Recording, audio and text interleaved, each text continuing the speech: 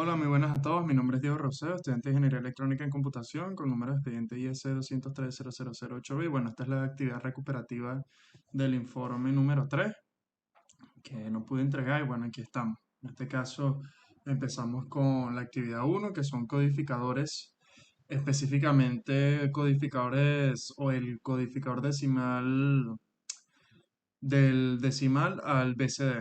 Entonces, ¿qué es lo primero que piden? Piden que se emplee el codificador 74LS147 y se diseñe un convertidor de decimal a BCD. Luego que se monte ese circuito y se visualizan la salida de los LEDs y que se recuerde colocar los LEDs en el orden de significancia de la salida y tomar en cuenta las salidas negadas del componente. Bueno, el diagrama de bloques del circuito antes de realizar la simulación o el circuito como tal en el simulador como vemos en la pantalla. El diagrama de este bloque, de bloques de este circuito integrado y sus principales características eléctricas y sus especificaciones se encuentran obviamente detalladas en el informe. Entonces, por la tabla de verdad, que se encuentra obviamente también en el informe, se puede observar que el circuito es un codificador con prioridad al número más grande.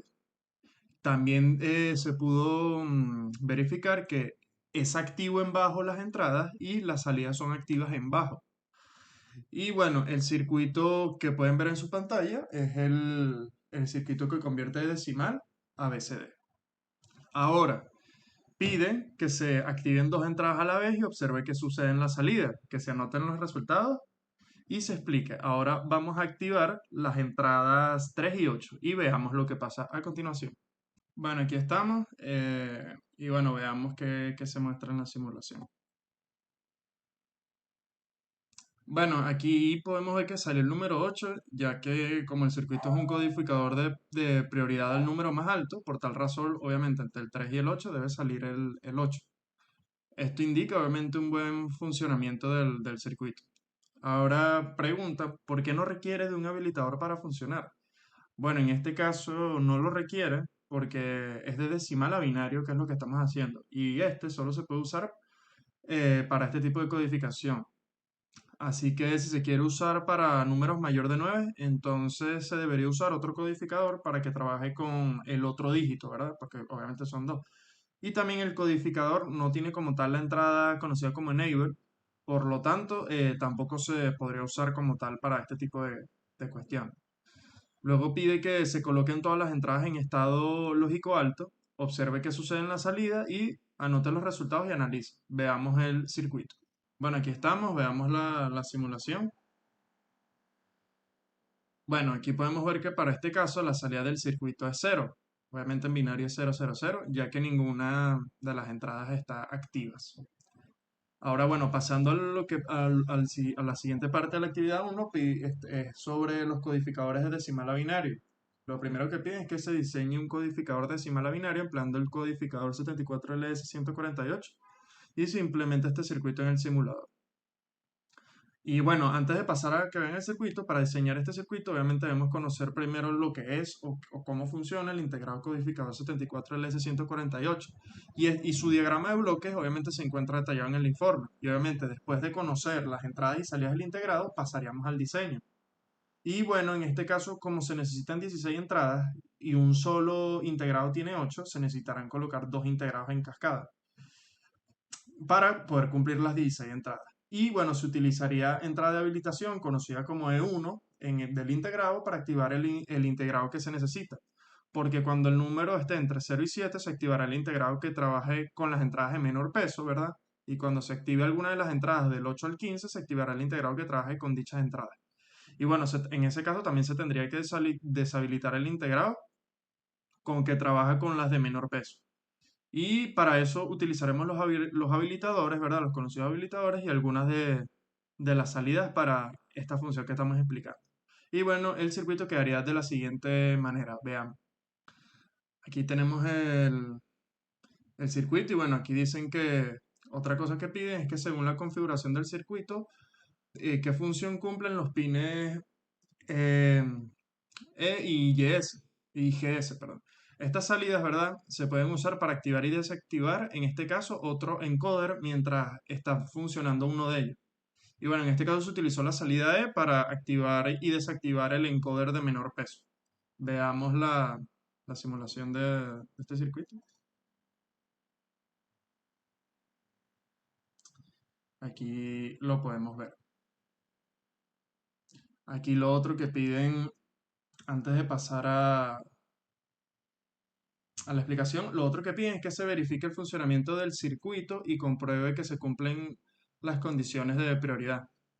Y bueno, para la verificación de esto se hará obviamente la prueba con dos casos. Cuando se activa entre 2 y 5, ¿verdad? Y cuando se activa entre 8 y 13, que vamos a ver a continuación.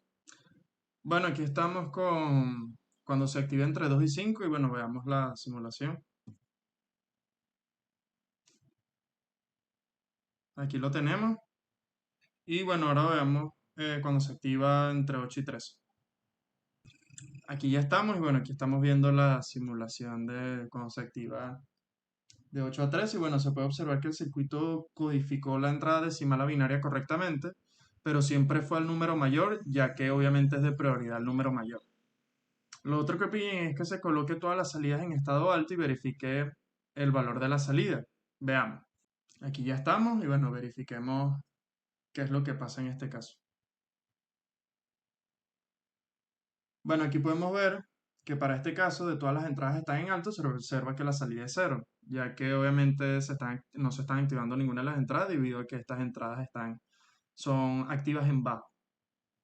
Ahora, preguntan cómo funciona el proceso de habilitación en este circuito. Bueno, en resumen se podría decir que se utiliza la salida EO del segundo 148, es decir, del que está por debajo, el inferior, que se conecta al habilitador del primer 148, que es el superior, para que cuando se active cualquier entrada de este, entre obviamente 8 y 15, su nivel lógico pase a ser igual a 1, y así deshabilitar el primer 148 y su salida.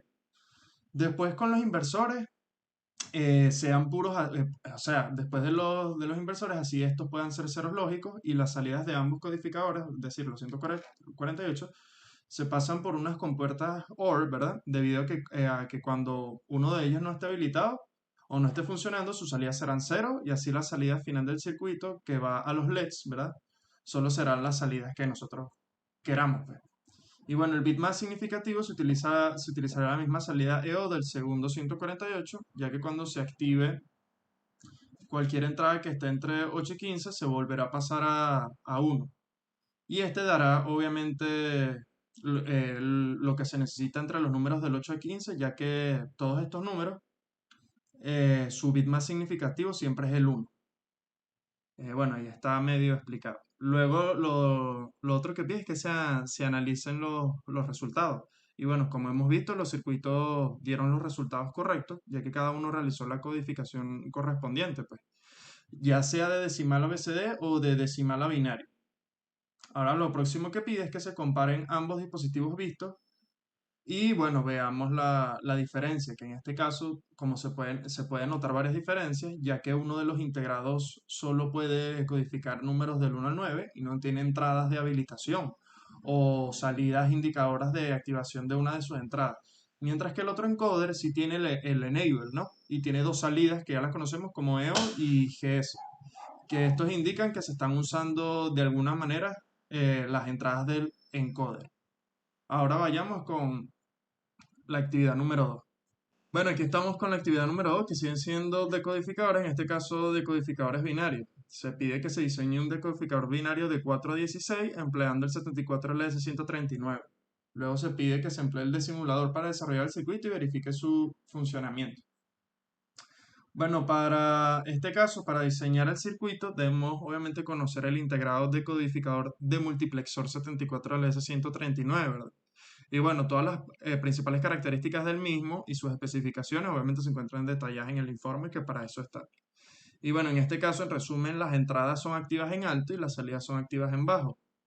Y bueno, como el diseño necesita un decoder de 4 a 16, entonces necesitamos 4 decoder de 2 a 4, ¿verdad? Y debemos colocarlos en cascada como se muestra a continuación, o bueno, a continuación no, sino como están viendo aquí en su pantalla. Y bueno, luego de esto se muestra la tabla de verdad que obviamente se encuentra en el informe. Y bueno, se tomaron las entradas I3 e I2 como entradas al decoder extra para que cuando tengan la combinación 00, la salida I/O de este decoder extra, me refiero, se puede activar, ¿verdad? Y se coloca en cero y a su vez este active el primer decoder conectando esta salida I/O también, conectándola también al label del primer decoder, el cual este va a trabajar con las primeras cuatro combinaciones, es decir, desde 000 hasta, si no me equivoco, hasta 0011, ¿no? Igual esto está mejor explicado en el informe. Y bueno, luego cuando I3 e I2 valgan 0,1, entonces Y1 en este caso, ¿verdad? Se conecta al enable del decoder 2, haciendo que trabaje solo ese decoder desde la combinación 0100 hasta la combinación, si no me equivoco, si la otra fue hasta 0011, en esta ocasión sería hasta 0111 o 0111. Y y después de esto, I3 e I2, cuando valgan 10, pasaría entonces, ya pueden ver el movimiento, a Y2 se conecta al enable del decoder 3, haciendo que trabaje solo ese decoder desde la combinación 1000, en este caso, hasta 1011. Y finalmente, cuando I3 e I2 valgan 11, entonces Y3 se conecta al enable del decoder 4, haciendo que solo trabaje ese decoder desde la combinación 1100 hasta 1111. Ahí ya vemos, ahí sí creo que se entendió. Bueno, y esto, gracias a esto, se abarcan todas las combinaciones que se piden. Lo próximo que pide es que se emplee el dispositivo para implementar la siguiente función lógica. Esa se encuentra en el informe.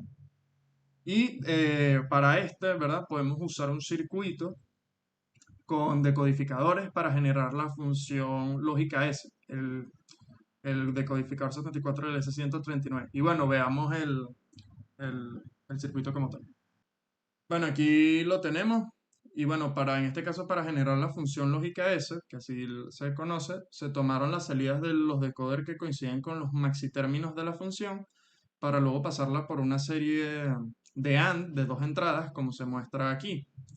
Y así obtener finalmente la salida S de la función dada. Y bueno, en este caso se colocó la combinación de 2, 9 y 12 respectivamente, y bueno, se van a mostrar los resultados. En este caso vamos a empezar obviamente con la entrada 2. A continuación. Bueno, aquí estamos con la entrada 2, veamos. Aquí podemos ver. Ahora vamos a pasar rápidamente para cuando la entrada es 9. Aquí estamos para cuando la entrada es 9, veamos. Y vamos para cuando la entrada es 12. Aquí estamos para cuando la entrada es 12. Y podemos ver. Y bueno, con estas tres pruebas podemos ver o se pudo comprobar que está en buen funcionamiento el circuito, ya que en los tres casos dio el resultado de la tabla de verdad, que obviamente se encuentra en el informe. Ahora vamos con decodificadores BCD a 7 segmentos. Y bueno, se pide que con el display de 7 segmentos se realicen las siguientes acciones. Primero, que se conecte el punto común como lo indica en el datasheet, o sea, de ánodo o el cátodo común, que se coloque la punta correspondiente al multímetro positivo o negativo según el tipo de display en el común. Y lo próximo que pide es con la otra punta toque el resto de los pines y verifique los segmentos y dibuje el pin out. Lo otro que pide es que se monte en el Portugal decodificador 74LS47 con su respectivo display. Para este caso se utilizará el 74LS147, ¿verdad? El cual se utilizará como decoder para el display de 7 segmentos, como se va a ver a continuación. Aquí lo tenemos. Y bueno, lo que piden es que se verifique el funcionamiento del circuito. Y bueno, para verificar el funcionamiento se van a realizar tres pruebas. Cuando se activa la entrada 5, cuando se activa la entrada en 9 y cuando se activa la entrada en 14. Veamos primero, obviamente, cuando se activa la entrada en 5. Bueno, aquí estamos con la entrada en 5. Veamos la simulación. Aquí se puede ver perfectamente. Ahora veamos cuando la entrada es 9. Aquí estamos. Ahora veamos con la entrada 9. Podemos ver. Ahora vamos con la 14. Bueno, aquí estamos. Veamos qué pasa con la 14. Era de esperarse. Y bueno, lo que piden es que en la próxima que se analicen los resultados. Y bueno, como ustedes pudieron ver y como yo puedo ver, obviamente se puede hacer un codificador de prioridad, ¿verdad? Al número mayor usando el 74LS148. Y que se puede hacer obviamente también de decimal a binario. Pero el problema, ¿verdad? Es que al realizar estas pruebas podemos ver, o el problema es que ya podemos ver que desde 0 a 9 se pueden ver en el display. No hay problema con eso porque ya lo vimos. Pero de 10 a 15 salen otros símbolos raros en el display, ya que obviamente este trabaja solo de 0 a 9 o en BCD. Ahora bueno, vayamos a la actividad número 3.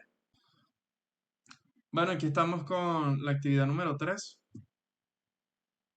que en este caso lo que son sobre multiplexores digitales y lo primero que piden es que se utilice el 74LS151 y se verifique su pin out en el datasheet. Eso obviamente en el informe se encuentra el datasheet del 74LS151, así que todo bien. Luego se pide que en el simulador conecte el componente a su alimentación y verificar el funcionamiento del stove y qué funcionalidad tiene este pin. Y bueno, ahora vamos a mostrar cuando el strobe, mejor dicho en inglés, se coloca en uno y que es este que tenemos aquí. Veamos la simulación. Está corriendo y aquí vemos el strobe en uno. Y bueno, ahora vamos con cuando la actividad o la simulación, cuando el strobe de este mismo se encuentra en cero. Bueno, aquí estamos y veamos la simulación. Bueno, aquí ya podemos ver. Y bueno, esta actividad indica que el strobe está en activo en bajo y obviamente por tal razón se debe colocar en bajo para que el multiplexor funcione correctamente y quede habilitado. Y bueno, dice que se pide que se utilice una función para obtener la tabla de verdad y obviamente la resolución y la tabla de verdad se encuentran en el informe detallado. Y bueno, en resumen de todo ese proceso que está en el informe, se diría que los mini términos que necesitamos son el 2, el 4 y el 6. Ahora, ¿qué pasa? Ahora piden que se coloquen los estados lógicos de salida en las entradas de datos del multiplexor y verifique la salida mostrándolo en un LED. Asegúrese que el multiplexor esté habilitado y en este caso veamos qué es lo que están pidiendo. Bueno, aquí lo podemos ver. Ya tenemos todo correcto, todo conectado. Y lo otro que piden es que se utilicen deep switches, ¿verdad? Para las entradas de datos y de control y que varíe según las combinaciones en la tabla, que obviamente eso está en el informe y bueno, veamos lo que piden. Bueno, aquí lo tenemos, podemos ver qué fue lo que lo pidieron y bueno, ahí podemos ver los deep switches y bueno, en este caso, si se coloca, también nos piden que se coloque este circuito, ¿verdad? Pero si tiene un 1, ¿verdad? En el strobe. Y bueno, veamos qué pasa cuando este circuito tiene en el strobe un 1. Bueno, aquí lo tenemos con el strobe en 1, veamos la simulación. Está corriendo la simulación y bueno, no vemos que pasa gran cosa. Ahora veamos la siguiente simulación, que cuando el strobe está en 0. Veamos. Bueno, aquí ya estamos con la siguiente simulación. Obviamente cuando el strobe está en 1, la salida siempre va a ser 0. ¿Y esto por qué? Porque obviamente está inhabilitado el multiplexor. Lo próximo que piden es que se coloque un cero lógico en el strobe, ¿verdad? Y se verifica nuevamente el funcionamiento y que se anoten los resultados y se explique dicho comportamiento. Como ya vemos, aquí tenemos con el strobe en 0 y obviamente se van a hacer pruebas para verificar en 3 casos. Se van a hacer 3 pruebas.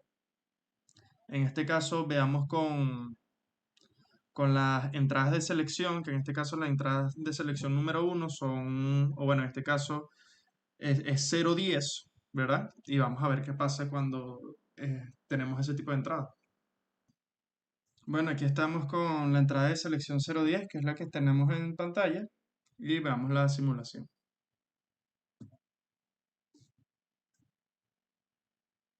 Bueno, ahora vamos con la siguiente, que es de 110, y bueno, veamos. Aquí lo tenemos, veamos. Aquí está su simulación. Vamos a pasar a la siguiente, que es cuando es 111, y veamos el último caso de los 3. Aquí lo tenemos, veamos la simulación. Y aquí se puede ver ya el último tercer caso. Y bueno, se puede ver que son los 3 casos, el circuito se produce, o sea, el circuito sí produce la salida de la función f o de su tabla de verdad, ¿verdad? ya que en estos tres casos que vimos el valor de f coincidió con la tabla de verdad que se encuentra especificada en el informe.